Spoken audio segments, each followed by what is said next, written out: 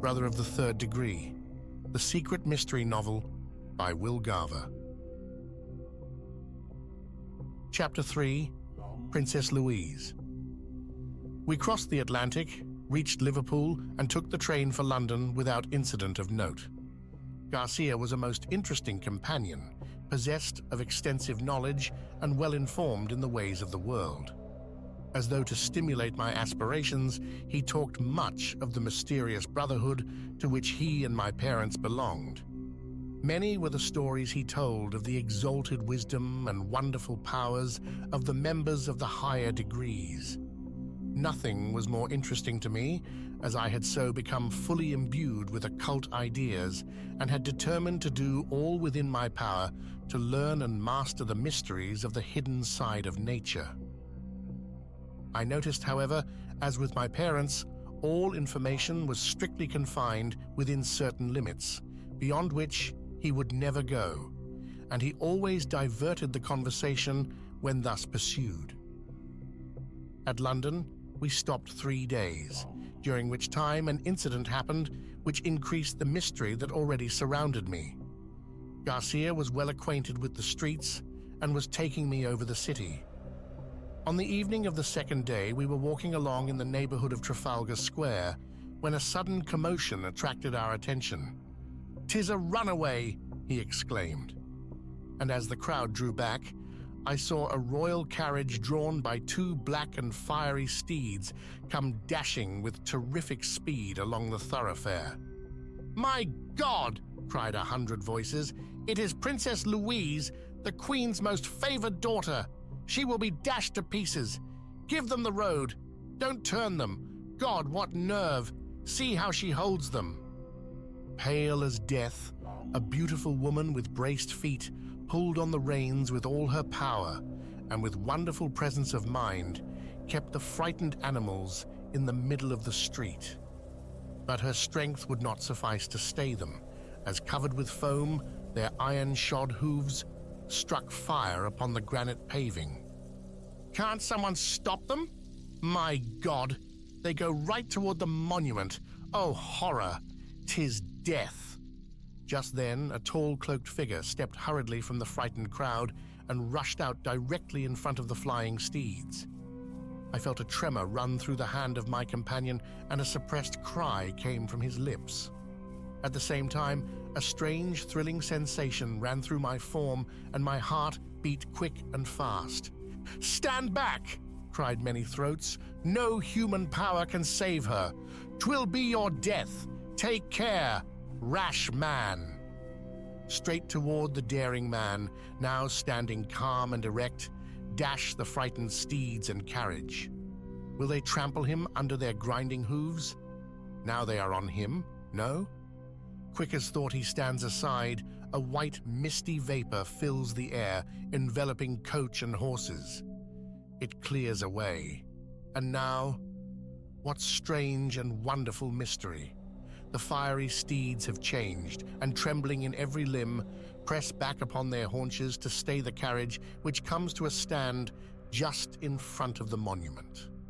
The mysterious stranger, who had followed the carriage, stepped in beside the now fainting princess, and before the astonished multitude could realize what had happened, seized the reins and turned into a side street. I was no less dumbfounded than those around, and stood speechless, a strange sensation pervading my being. As the crowd commenced to recover itself, Garcia grasped my hand and hurried me along to escape it.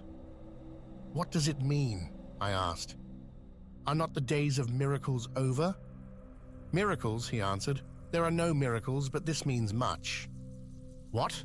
I asked. "That man was an adept," whispered Garcia, "and as the lady was the Queen's favorite daughter, we may expect great changes in governmental circles. The masters do all within their power to aid the world in its upward evolution, and, working through human instruments, seize all opportunities for the accomplishment of this end. It is only on the most exceptional occasions that they would use the powers here demanded." In reply to my further questioning, he said, "Await developments and then my explanations will be more intelligible. On the following morning, we started for France. As we boarded the cars for our station, I bought a Daily Times, and there, in full-face type, side by side upon the front page, were the headings: Strange and Miraculous Escape, Princess Louise. By some mystery of magic, saved from a mangling death. Princess Louise, who, as all know, is a most skilled horsewoman and an expert with the reins, while taking her usual afternoon drive behind a pair of untried steeds, lost their control, they being frightened by an accidental explosion on the street. With her usual coolness and presence of mind, she held the fiery animals well in line, but was not strong enough to stay them. Along the street they dashed, faster and faster, wilder and wilder. The heavy steeds would have trampled any human to pieces, and the only hope was to keep a clear road. It seemed that all was lost, and death was inevitable when it was seen that they were bearing directly toward the monument in the center of the street. A cry of terror arose from the crowd as they saw the danger. Women fainted, and men turned away to shut out the awful scene, when a tall, unknown man with a long indigo-colored cloak stepped out directly in front of the flying steeds, and with a coolness that looked like madness, calmly awaited their approach. 2 deaths seemed inevitable, but when the horses reached him, he stepped quickly aside, and by some strange mystery of magic, we know not what, covered coach and steeds with a white, vapory mist, which in some still stranger manner seemed to change the entire nature of the animals and brought them in trembling terror to a stand just in front of the monument. Before the crowd could recover from its astonishment, the mysterious stranger stepped in beside the fainting princess and, seizing the reins, turned the horses into a side street and disappeared. Who the man was cannot be ascertained. He was not with the princess when she arrived at the palace, and the princess will not talk and refuses admission to all interviewers. The queen also is silent, and the indications are that his identity will remain a mystery. But the wonderful nature of the occurrence, together with the well-known fact that the princess is a deep student of the occult, led us to investigate in that direction. A reporter called upon Hager, the celebrated hypnotic animal trainer, and asked his opinion on the subject. Hager says it was not done by hypnotic or magnetic power, as that requires the animal's attention and a fair, square look into its eyes, which was evidently impossible under the circumstances. At the headquarters of the occult section of the Theosophical Society, very little satisfaction could be obtained, although it is known that Princess Louise is a frequent visitor there. Sankhya Rao, the Hindu adept now there, hinted in vague terms about Akashic ethers, elemental vortices, and Kriya Sakti powers, etc., but gave very little information. Whoever the stranger was, and whatever his powers, the occurrence will remain a 9 days wonder and give the charlatans and pretenders to secret wisdom another harvest from the multitude of dupes who now throng the city in search of the occult. The second heading, no less conspicuous, read as follows: William Herbert Morley, appointed Premier, which means the end of English power in the East. Clark Russell leaves as Special Envoy for India, and the new Premier takes his seat today. Then followed a lengthy account of startling and unexpected political changes. Garcia had also bought a paper and read the articles. Seeing my inquiring looks, he glanced searchingly around and commenced in a low tone as follows: My brother, do you think the material world is ruled by law and the social world is left to chance? Do you think that human evolution has no guidance, or that it is ruled direct by God?